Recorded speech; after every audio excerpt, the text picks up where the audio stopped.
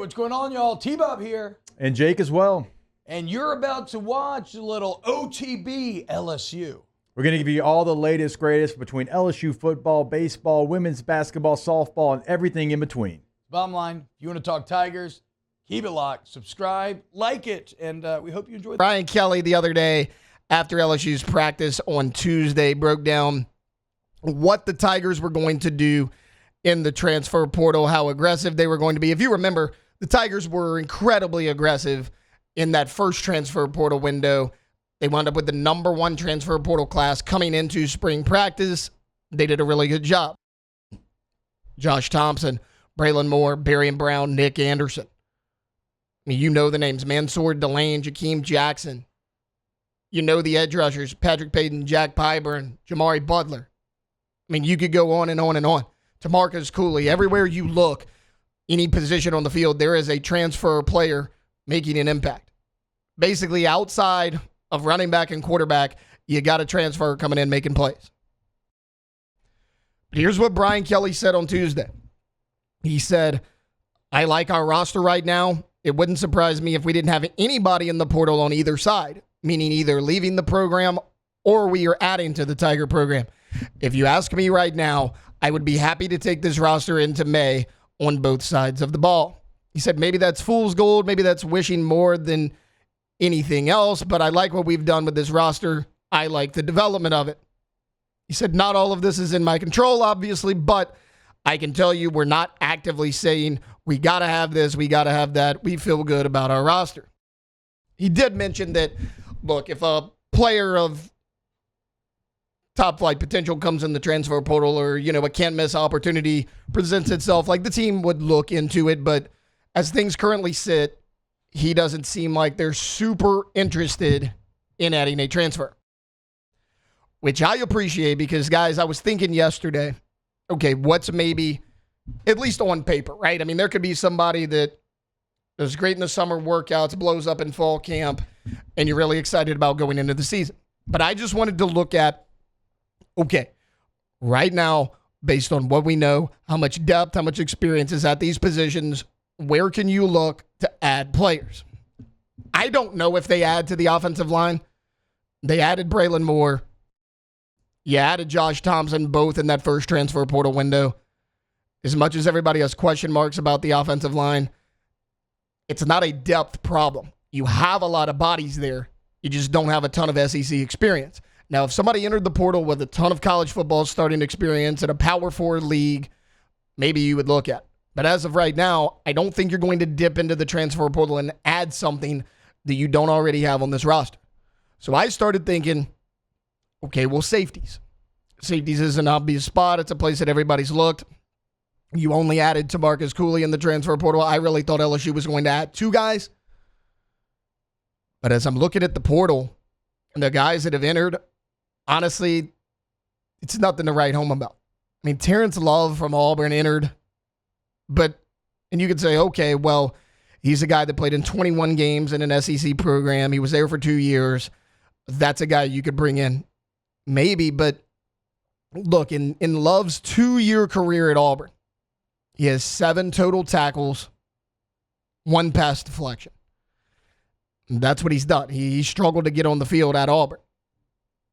I'm not saying he can't. I'm just saying, based on what we know about Terrence Love right now, I have a hard time believing that guy's going to get on the field and make a significant impact this year for LSU. And if you're going to the transfer portal, you want an immediate impact guy.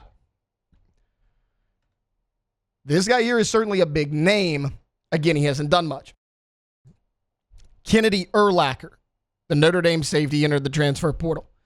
Yes, that is the son of Hall of Fame linebacker Brian Urlacher.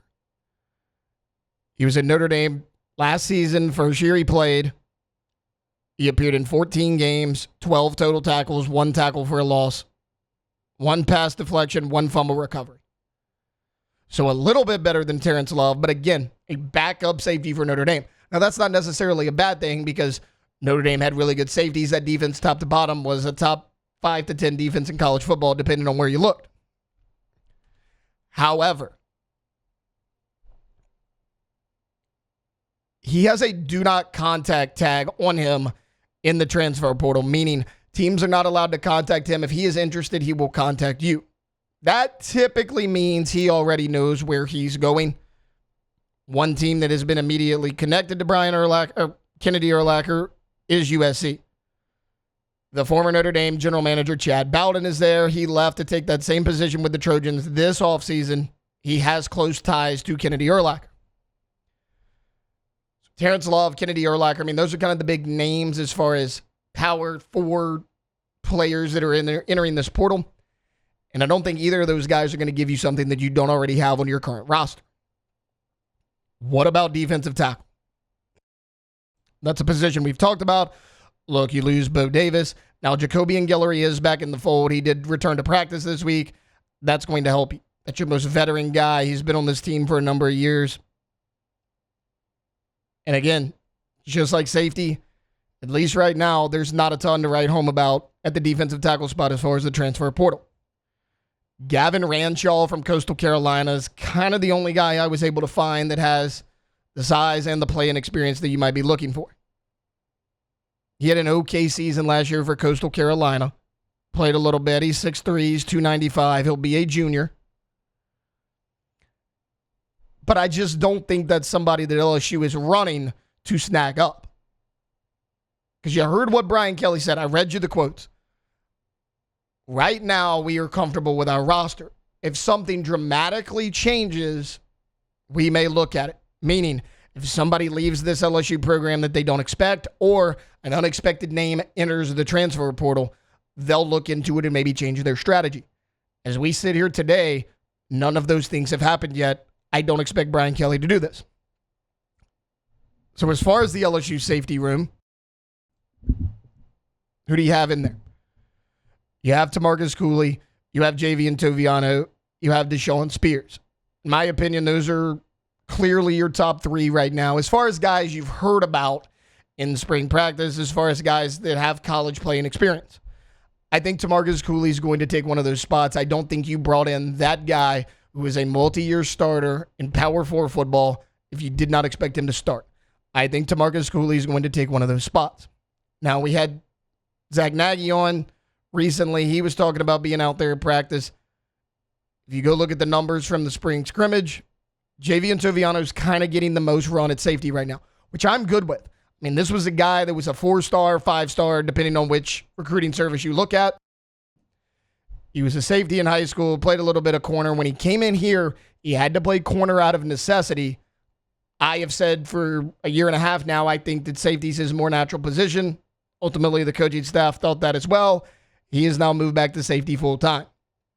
Deshaun Spears, though, like if I'm picking somebody that I want to take that starting job, it is Deshaun Spears. Every time Jacob Hester is in this room, he says, Taylor, you were practically Deshaun Spears' agent last year in fall camp. You talked about him that much. That's because he flashed that much. Look, I haven't been able to go to spring practice because it starts at 8:30 in the morning. We're on until 10. I'm going to all the fall practices. I was there last year. I was there the year before. I will be there this year. They start about 11 a.m. That gives me plenty of time to go down the road and get there. Deshaun Spears flashed. I'm not the only one that was saying that. Don't take my word for it. Take the word of every single person that was out there. He's 6'3". He's 210 pounds. We saw him play a little bit last year. He showed flashes. At times, he looked like a freshman. I mean, that's going to happen. He stepped in there. He was thrown in the fire as a true freshman. He made some plays. He got beat on some plays. That's going to happen. Toviano is getting the most run right now. However, I think Deshaun Spears has the most potential in that entire room.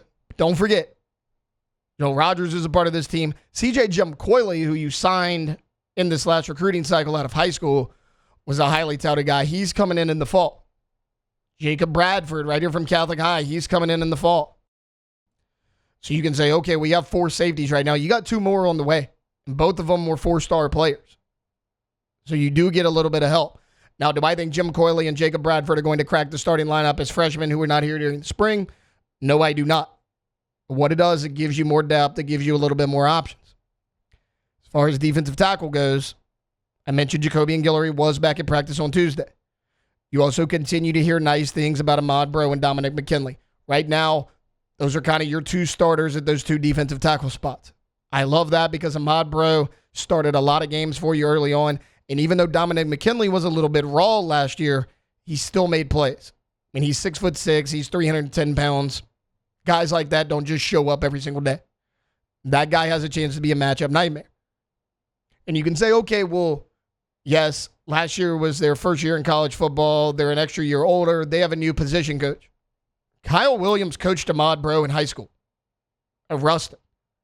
They have a lot of familiarity with each other. And don't forget, it's not just those three guys. Sydir Mitchell's on campus, the Texas transfer. Shone Washington is still part of this team. And let's not forget the freshman you're bringing in, because I think you did a really good job there. Zion Williams, he's 6'3", 330 pounds. Dylan Battle's coming in. Walter Mathis is a guy that, while he was only a 3-star, a lot of big-time schools were after him. And then Brandon Brown is coming in as well. That gives you,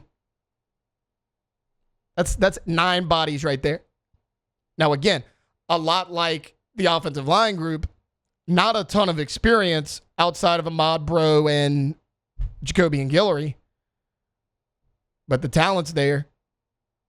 The recruiting, you did a good job, and you have bodies at least. You at least have bodies to fill that. Last year, you barely even had bodies.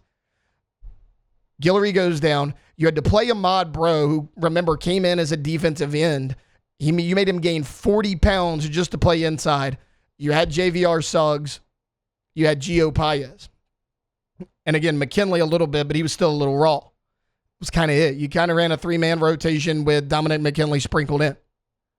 So even if you don't think these guys are all SEC caliber players, you got 9 bodies here. And that's if you don't do anything else in the portal. I'm excited about this group. I know there's been a lot of hype about the edge rushers, and I get it. Jack Pyburn, Patrick Payton, Jamari Butler, pair that with a Gabriel Ralliford who showed flashes last year. There's a lot to be excited about on the edge. But the interior of these defensive line is going to be important. I know Kyle Williams hasn't coached this level of football, but he has played this position for a number of years. He is a Buffalo Bills legend. I think he's going to be fine there. Again, he's already got familiarity with Ahmad Bro. If Bro, McKinley, Sydir Mitchell, one of these guys can take that next step, and Jacoby and Guillory is fully recovered from his injury, I think you're going to be fine in this spot.